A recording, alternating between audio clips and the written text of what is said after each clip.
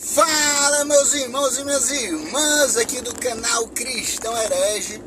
Eu estou em uma viagem sem nada para fazer e eu resolvi conversar com vocês. O celular vai ficar tremendo, talvez o som não fique muito bom, mas você prestar muita atenção na minha voz, essa voz linda, se concentrar no que eu tenho para dizer, o conteúdo vai ser passado, vai ser transmitido e aí a alquimia vai ser feita, certo, meu irmão? Então presta atenção nessa história. Essa história não foi eu que criei, mas é sobre a criação do mundo e por que a gente está aqui, certo? E nessa história a gente vai fazer uma mistura de mitologia judaica, mitologia cristã, com um pouquinho de paganismo no meio, mas é claro, a gente bate no liquidificador e sai uma metáfora, e sai um símbolo, certo? Então vamos lá. Por que existimos no mundo? Por que estamos aqui? É o que o ser humano sempre se perguntou ao longo de toda a humanidade, né? Por que vivemos? Por que nos movemos? Por que a gente existe? E aí, uma das teorias, que o martinismo vai mais ou menos por essa linha, Jacob Boehme vai mais ou menos por essa linha, certo? Vai dizer que no princípio do princípio, num dos pleuromas lá iniciais, dos palácios celestiais, da luz sagrada do nosso Deus, certo? Ele resolveu começar a sua criação, que na verdade nunca parou, né? Ela sempre esteve em um contínuo movimento. Criação essa perfeita, cuja qual sempre estava em ordem as coisas, né? Nesse mito, certo? Abrindo um parênteses, a gente está falando, certo? A gente está falando do nosso sistema solar, de como o ser humano, como espécie, o ser humano, não é, Ítalo, os intergalácticos, Ítalo, não, eu estou falando da raça humana, certo? Pois bem, que a gente aqui, a gente conversa sobre liberdade, a gente conversa sobre tempo. Eu não consigo dizer o que os outros seres conversam, né? Ninguém consegue. Então vamos lá. Então nesse mundo onde existe ordem, por que nesse mundo? Porque a gente sabe que nesse que a gente vive não tem ordem.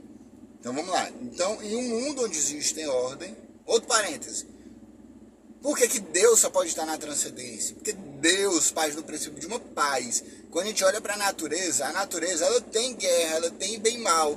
Não dá para dizer, natureza, que coisa mais linda, que coisa mais fofa. Não, quando você vê ali, são forças ativas e forças passivas, uma comendo a outra numa cadeia de comilanças, certo?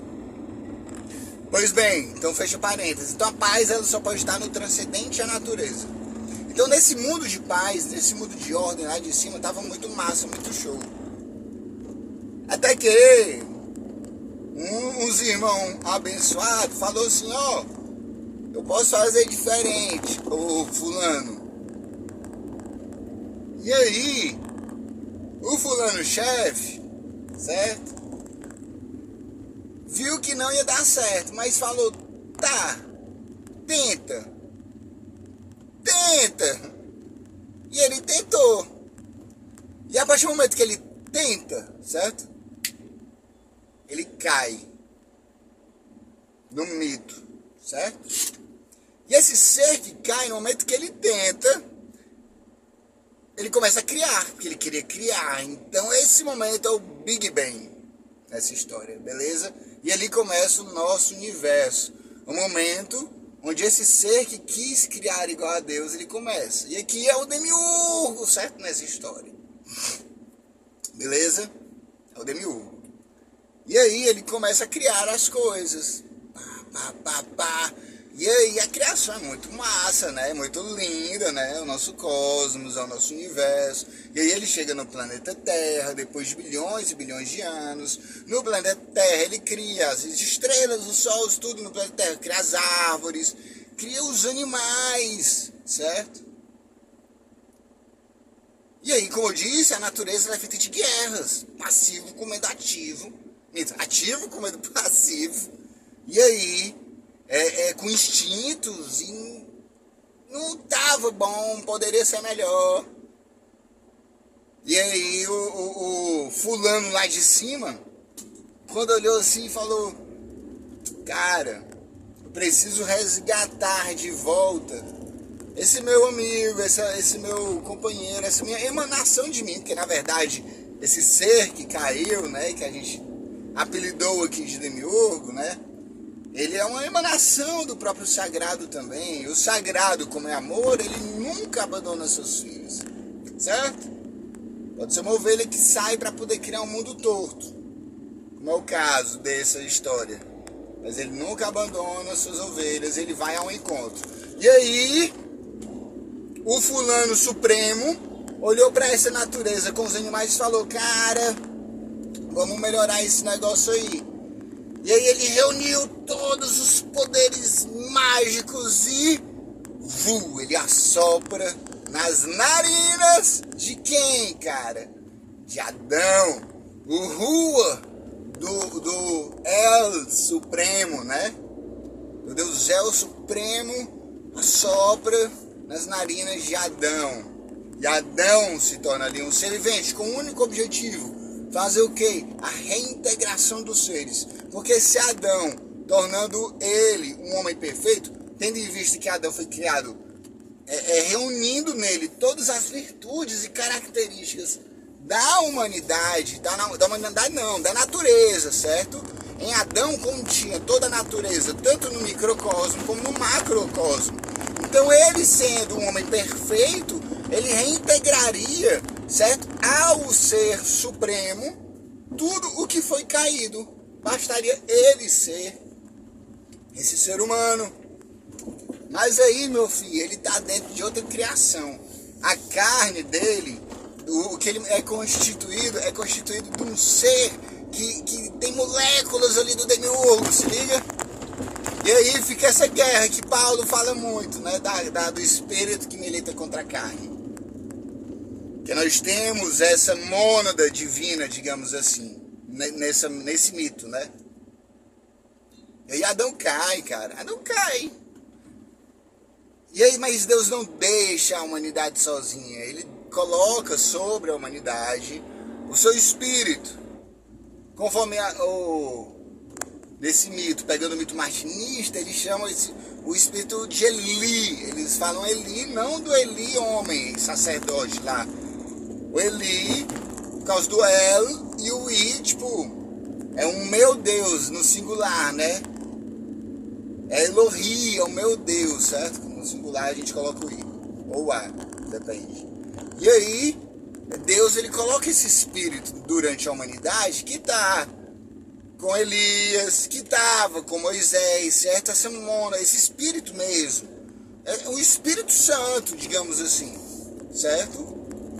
Que estava com Davi, que estava com Salomão, com todos os profetas, com Samuel.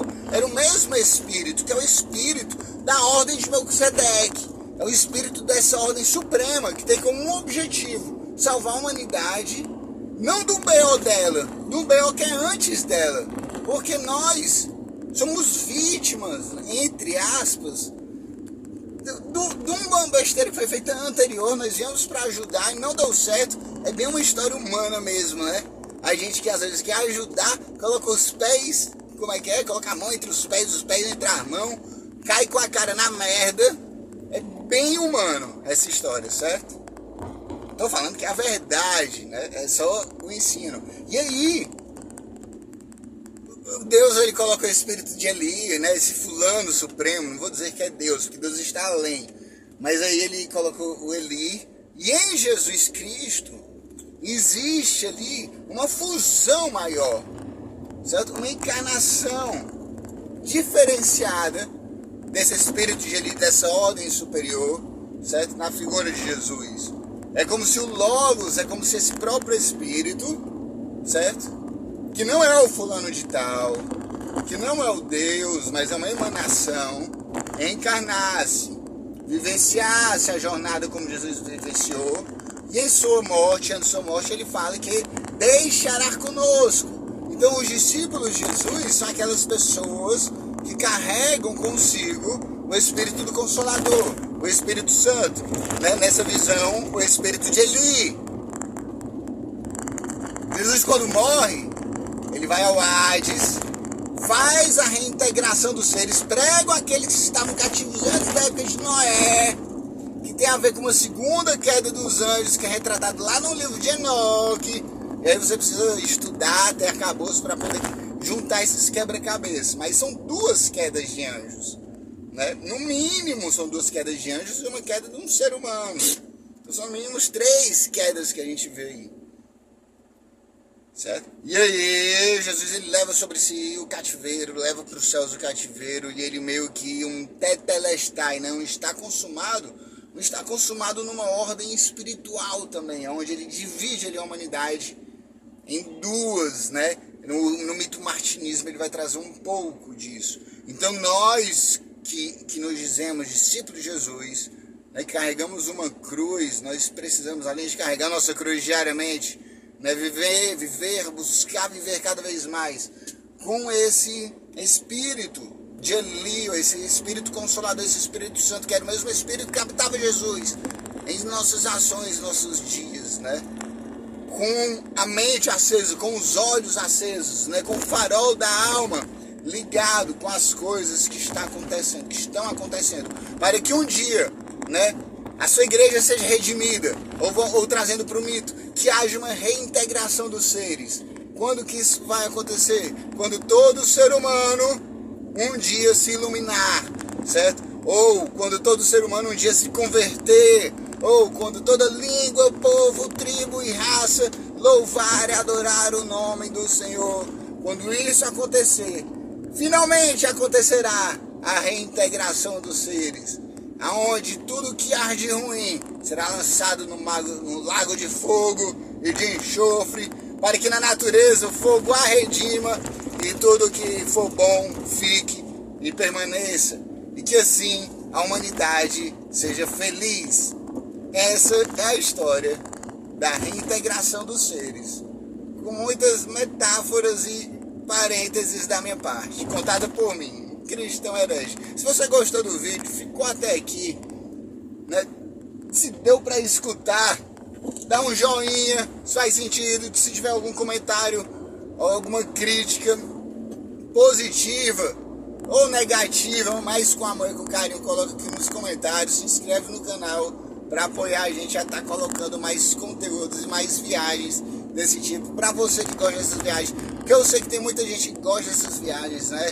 E é uma sede por uma espiritualidade, e só tem aí no mundo espiritualidade rasa. Não que o que eu falo é muito profundo, mas a gente pode se ajudar juntos, né?